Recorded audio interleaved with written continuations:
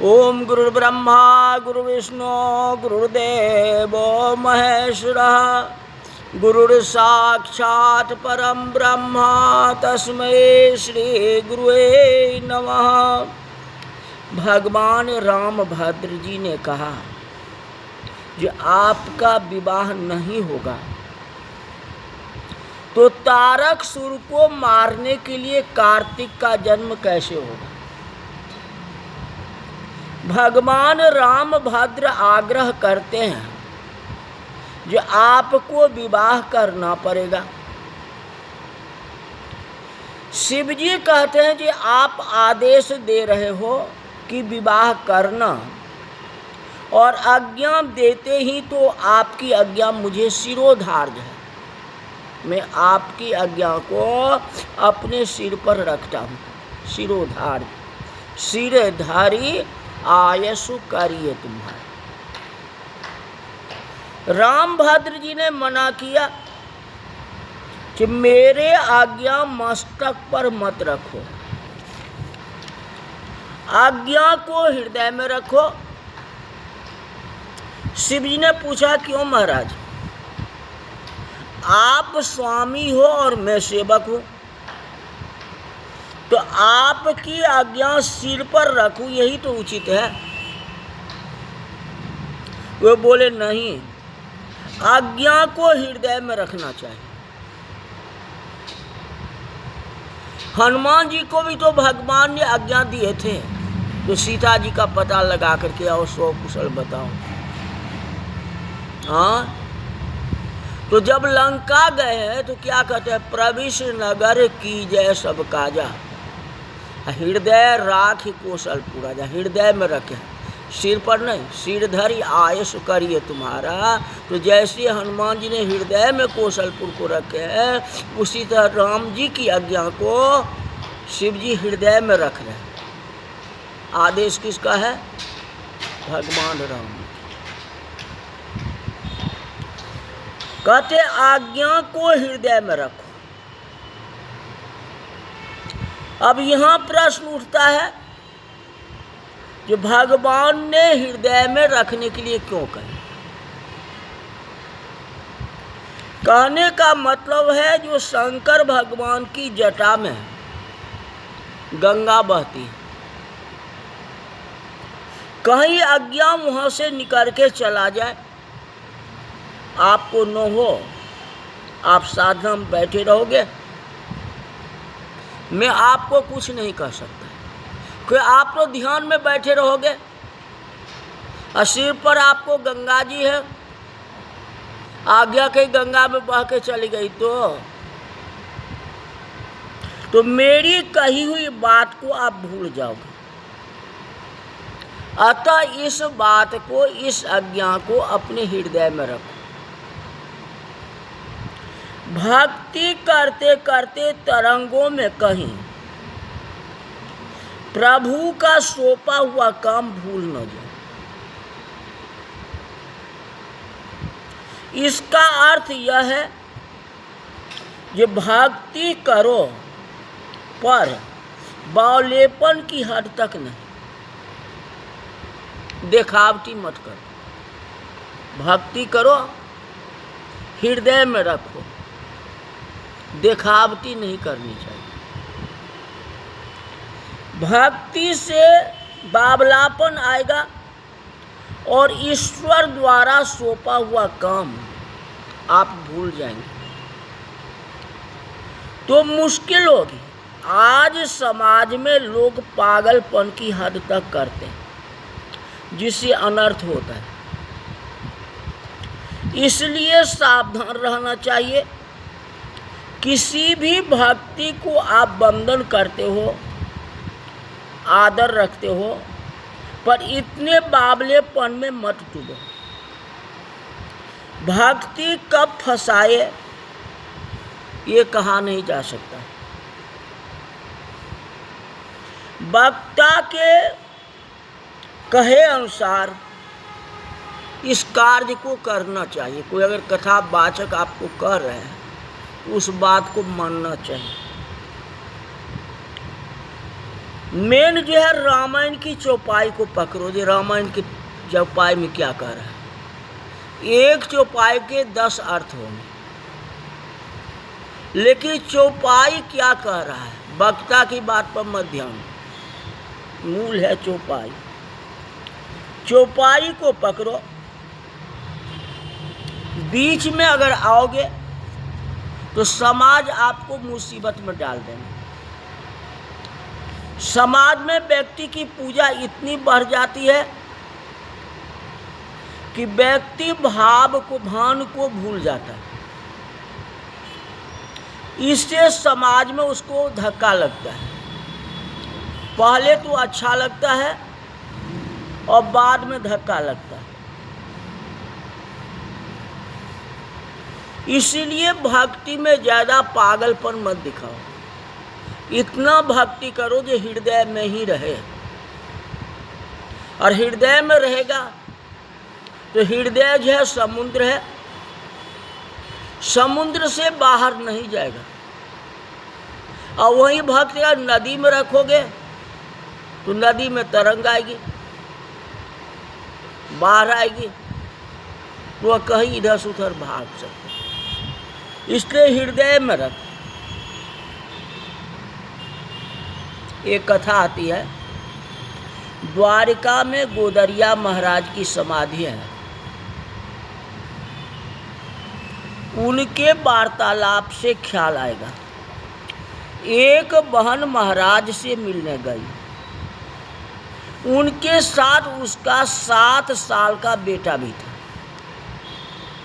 महात्मा संत थे, उन्हें क्या कौन विचलित कर सकता है। वह बहन की पवित्र थी, वह बहन भी पवित्र थी। जितना साधु पवित्र थे उतना बहन भी पवित्र थी। एक दिन बहन ने संत से कहा कि महाराज, मुझे आपसे 10 मिनट एकांत में मिलना है। महाराज बोले, मैं किसी से एकांत में नहीं मिलता। आपका कोई प्रश्न है तो सत्संग चल रहा हो उसी समय आना, मैं उसका जवाब दे दूंगा। या आपको सबके सामने पूछने में संकोच होता हो तो सभी मनुष्य बैठे हो तो मेरे पास थोड़ी दूर पर बैठना, जिससे कि लोग सुन न सके। अगर हमारे पास नज़दीक में बैठोगे तो पीछे का पब्लिक नहीं सुनेगा, यही होगा ना। ये सत्संग के बीच में बोलना।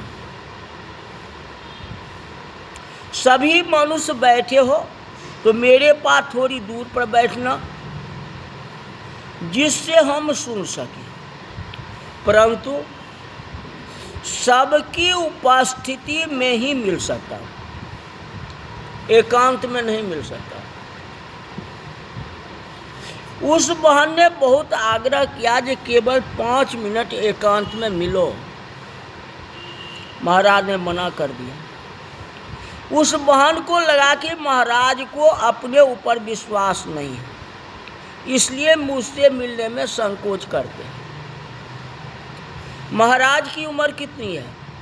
संत बहुत समझदार सावधान थे। वह बहन कोई 1 महीने लगातार आग्रह करती रही, मुलाकात हो, पर वे माने नहीं। बहन के 7 साल के बेटे को गुस्सा आ गया। वह संत मेरी माँ को लगातार 1 महीने से मना कर रहा है। बालक 7 साल का था, अपने बड़े भाई को लेकर के आया और दोनों साधु पर गुस्सा जमाने लगा। उन्होंने पूछा कि मेरी माँ को 5 मिनट प्रश्न पूछने के लिए क्यों नहीं देते हैं? संत ने कहा, बेटा मैं किसी से एकांत में नहीं मिलता हूँ। लड़के ने कहा, कि लगता है आपको अपने पर भी भरोसा नहीं है। फिर भी उन लड़कों ने आग्रह किया तो महाराज ने ऐसा कहा कि एक काम करो, अपनी माँ का कोई कपड़ा कल मुझे दे दो, केवल एक ही कपड़ा, फिर मुलाकात करेंगे। लड़का अपनी माँ का कपड़ा दे गया। सुबह रोज स्वाध्याय सत्संग होते थे। सभी रोज के नियमानुसार आ रहे। साधु जल्दी सुबह उठ करके स्नान संध्या करते और नियम अनुसार अपने भगवे को धो करके रस्सी पर सुखाने के लिए डाल दिए और उसके साथ बहन का कपड़ा भी डाल दिए। अपना कपड़ा भी डाल दिए, उस बहन का भी कपड़ा डाल दिए, दोनों को एक जगह डाल दिए। सत्संगी 8 बजे सत्संग शुरू होने से पहले पहुंच गए। एक का ध्यान रस्सी के कपड़ों पर गया। उन्हें लगा कि कमाल है, सन्यासी के आश्रम में स्त्री का कपड़ा। उसने सत्संग के बीच इशारे से दूसरों को कहा, फिर तीसरा देखा, फिर चौथा देखा, फिर सबका ध्यान उस कपड़े पर चला गया। सत्संग में आज किसी का ध्यान था ही नहीं, उदासी आ गई। संत को मालूम था कि ऐसा ही होने वाला है, यही उनकी चाल थी। तमाम नेत्र स्त्री के कपड़े पर थे। बाद में एक एक करके सभी जाने लगे। उस लड़के और उसकी माँ को बुला करके कहा, मैंने आपको 5 मिनट मिलने के लिए समय नहीं दिया था। मैं आपको मिला नहीं, केवल आपका कपड़ा अपनी रस्सी पर डाला था। तभी समाज की मुझ पर श्रद्धा हटने लगी। तो सदाचार हम संतों का फर्ज है। तू तो मेरी माँ के समान है, पर हमारा भी तो कुछ फर्ज है। ऋषि मुनियों ने जो श्रद्धा की चुनाई की है उसे तोड़ना नहीं चाहिए। समाज कब चोट पहुंचाए कुछ कहा नहीं जा सकता। ये एक बहुत बड़ी जिम्मेदारी साधु पर और धर्म गुरु पर है। समाज के दर्शन करते शरीर में कपकपी छा जाती। इसलिए नम्र अपील 1000 जगह हर एक व्यक्ति से कहता हूँ, भाइयों और बहनों, गलत आवेश में गलत कदम मत रखो।